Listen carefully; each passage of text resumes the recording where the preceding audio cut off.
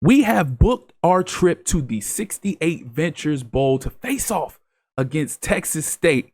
And we got to try to see if we can get accomplished this year what we couldn't get accomplished last year. And that's to actually obtain a win in our bowl appearance. And already it's been a vast improvement this year over last year, as we are 9-4, and we finished last year 7-7. And if you remember, we started out on 5, reeled off 7 victories, then lost the conference championship and lost the bowl game. So already we're two games better. We're trying to see if we can make that 3 games, which will be a major improvement. As you can see by the numbers, we have a better points per game with 32 to their 29, better pass yards per game with 334.6 to their 270.7.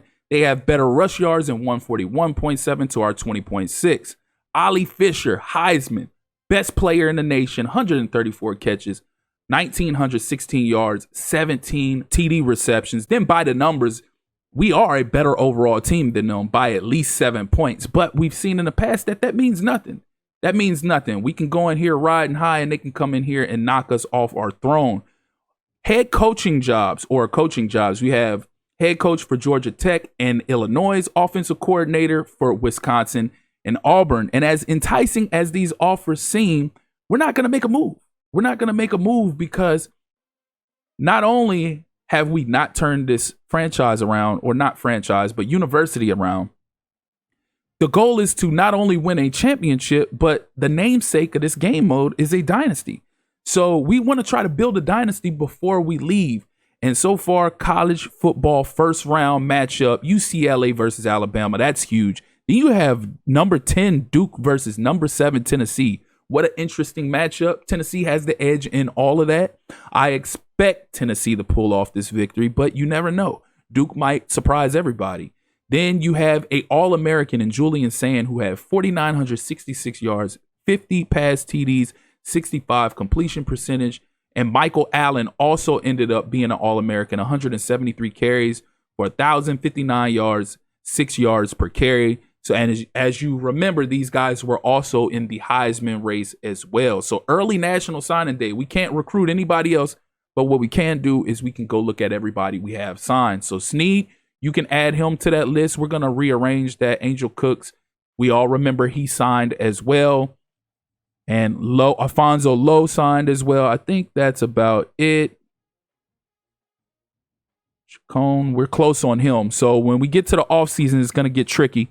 We got to make sure we go ahead and go all in on these guys that we do have an edge with that are left. But as far as signings are concerned, we got Lane, Bettis, Hodges, Wusu, Yates, Ferris, Jordan, Warren, Neese, Ivy, Falah, Sneed, Angel Cooks, and Alfonso Lowe. So it's been a really solid year so far. We're probably not going to be too high as far as top recruiting classes is concerned. But nonetheless, we're doing a lot better this year than we did last year, changing up our method and the way we've been recruiting. So that's not too bad. We have the 61st class in the nation right now. We'll see where we're at in the offseason once we go and put in more recruiting for not only just these prospects, but possible transfers. We want to try to continue to bring in more transfers because we had key transfers that played a big part in this team this year, one of them being Ollie Fisher.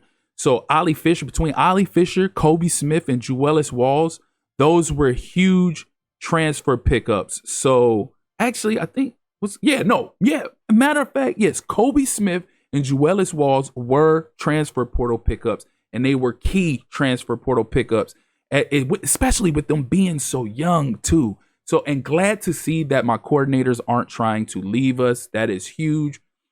If we have a better year next year than this year, I fully expect that they will be on this list right here of coaches that took jobs elsewhere. So you got Sharon Moore ended up getting fired. Matt Rule ended up getting fired for Nebraska.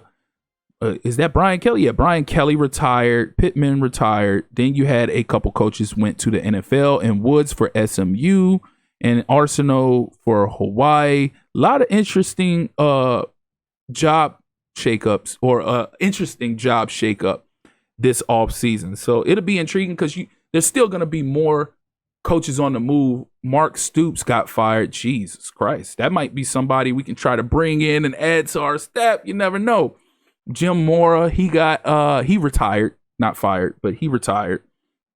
Then you had Jed Fish. He went to the NFL to take opportunity there. Ralph Patterson retired.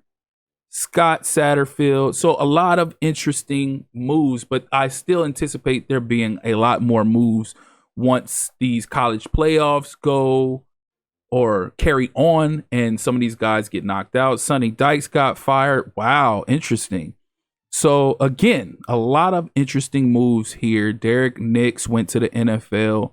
Yeah, once these college football playoffs move on, some of these coaches that you see got fired. They're going to take jobs with some of these teams that are already in the college football playoff. Because unlike real life, for some reason, some of these guys in the college football playoff, once they get bounced out, they end up getting fired, which is weird. But as always, if you're here for the first time or you're returning and you haven't liked or subscribed already, please do so. Click that notification tab so you can stay up to speed with more of this Kent State rebuild, as well as other college football 26 content. Again, I appreciate you all for tuning in. That's been my time.